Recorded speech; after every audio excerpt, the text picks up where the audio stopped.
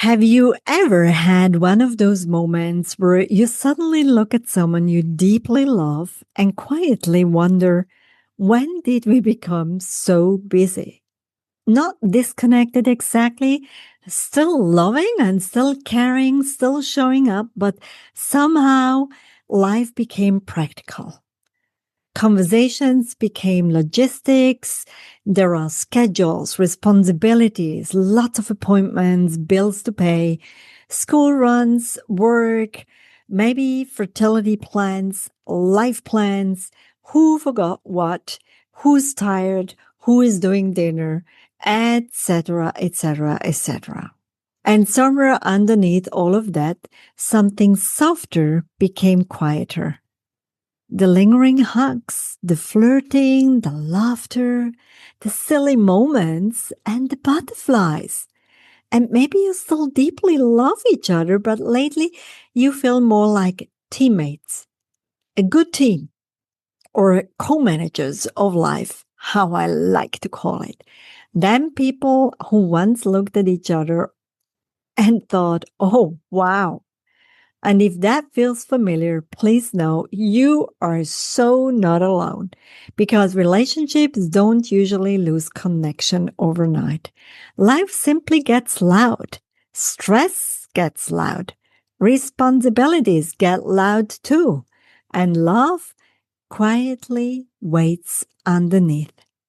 So today is really all about butterflies and love and how to bring that back into the relationship with people you love. So let's explore that together. Maybe grab a glass of water or a warm cup of tea. And if you can, just sit back for a few minutes and relax and enjoy this episode. Hello, and a warm welcome to my podcast show, Your Fertility Counselor. I'm your host, Tanya Fessler, and together we will dive into all things fertility, offering support, expert insights, and practical, evidence-based advice for anyone navigating their fertility journey. So grab a cup of tea and make yourself comfortable. Let's get started.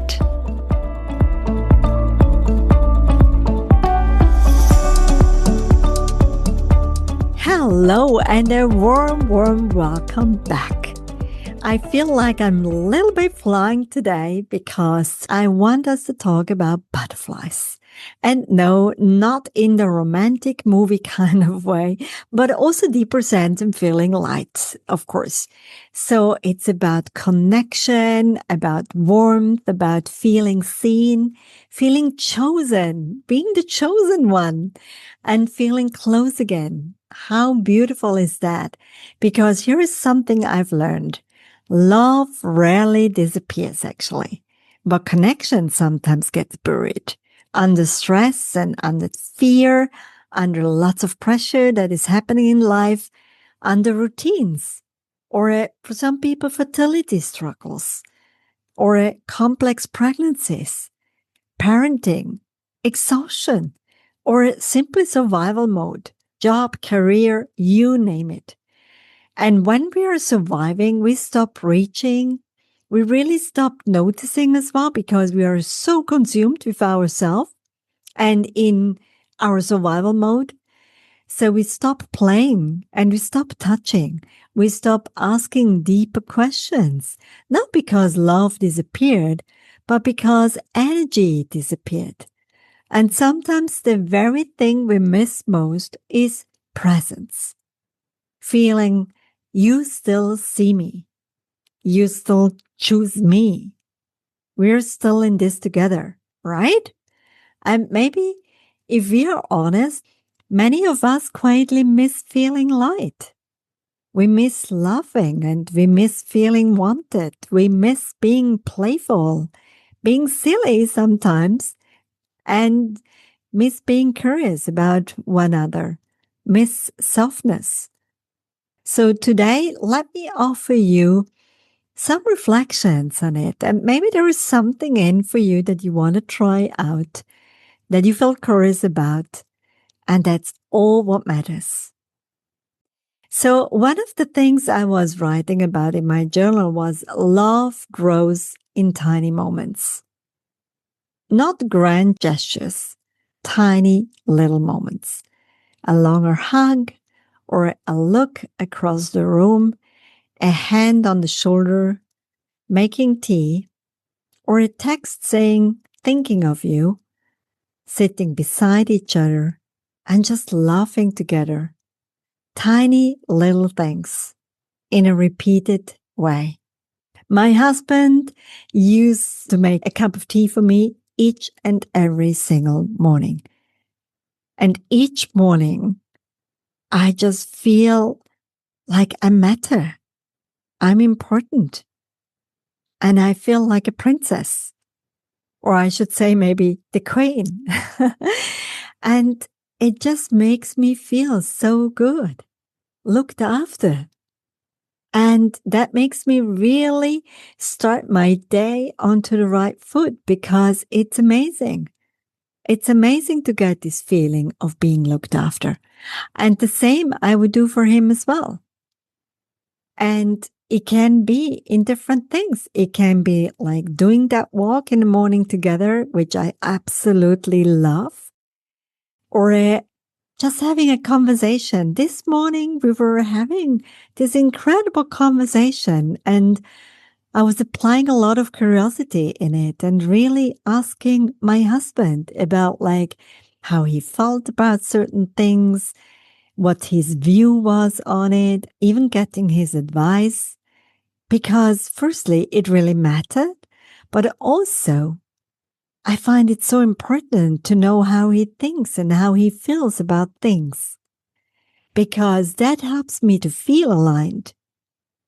That also helps us to check in on our shared values. Our values still aligned. And talking about values, if you haven't checked in with your values lately, that's something I can highly, highly advise for you to do. Every now and then, on a yearly basis, I would write down my top 10 values. Those top 10 values, I would then shortlist down to my top 3 values for the year. And I would ask my husband to do exactly the same. And the reason being is because triggers often happens when you kick each other's values. So my question to you is, do you know your own values? And if you do you know your partner's values? And if you don't, well, maybe that's another little exercise for you to do then. And then another thought that crossed my mind was the connection begins really with curiosity, like what I said. Sometimes we assume we know each other, especially if we have been in a long-term relationship, like I've been. And I feel so blessed and so lucky to be in this relationship. But you know what? It hasn't always been a straight line. It had a lot of ups and downs. And what mattered the most was that we took the learnings from it, that we allowed each other to grow with each movement we experience, to expand our own growth as individuals in this relationship as well as couples. And people can change. Stress can change us, and time changes us. Life phases change us. What if instead of fixing, we simply become curious again? So we try asking, how have you really been lately? What's been on your heart? What do you need more of right now? And then really listening. Deeply listening is one of the greatest gifts you can give to each other. That's the feeling that you get, that you matter. And you give that feeling to your partner. You are important to me. You matter. And that's why I'm giving you my time, my presence, and my listening. My heart deeply listens to what you're saying and sharing. Another reflection that I thought, and it's really about those butterflies. Sometimes they can return quietly, actually, not dramatically, but quietly. It can be like a shared sunset. It can be holding hands. It can be your favorite music, song, a favorite dance you used to do. It can be cooking together, a walk, a look. For us, it can also be to send each other a photo of a holiday, of a place where we knew it meant so much to my husband.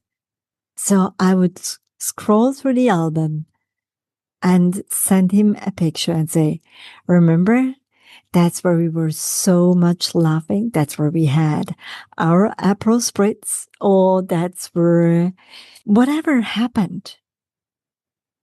That feels loving, that feels embracing, kind. I remember, and I share this with you because you are important and because this is important for us. So something soft can return in those little tiny acts of kindness and love. So before we close today, I want to offer you a small challenge, something simple, something loving. Sometime this week, create just 20 minutes of connection. Put your phones away, please. No logistics, no talk about fertility, kids, school, meal planning, whatever. No solving, no planning, just presence. It can be a tea together, a coffee, a walk, a cuddle, music, a drive, sitting outside, whatever. And then ask that simple question, how are you really? And maybe even what made us feel like us. And if you're listening without a partner right now, this still matters because connection also means friends, family, yourself. The people who make your heart feel safe. Make it feel jump. Fill it with unconditional love. And maybe even reconnected with your own softness too. Because perhaps butterflies are not something we lose forever. Perhaps they are tiny moments of aliveness waiting just to be invited back. And maybe this week, you let a few of them fly again. In a subtle, colorful way. So thank you for being here with me today. I really, really treasure the time you took off from your busy day, maybe perhaps, and spend it with me here. Spend it with me feeling relaxed and joyful about this episode. Hopefully like the way I intended to bring it across. And if you feel like you want to gift someone with this episode, please share. It means the world to me. And I can't wait to jump on the next episode with you in here together again. So until then, be gentle with yourself, take good care, let those butterflies fly, and see you next week. Bye for now. Thank you for joining me on this episode of the Fertility Counselor podcast. Remember, you are not alone on this journey. If you need support or have any questions, reach out to us via email at inquiries@counselingconnects.com. Don't forget to follow us on social media at Fertility Connects. We'd love to hear from you. If you want to learn more about us and the services we offer, head to www.fertilityconnects.com.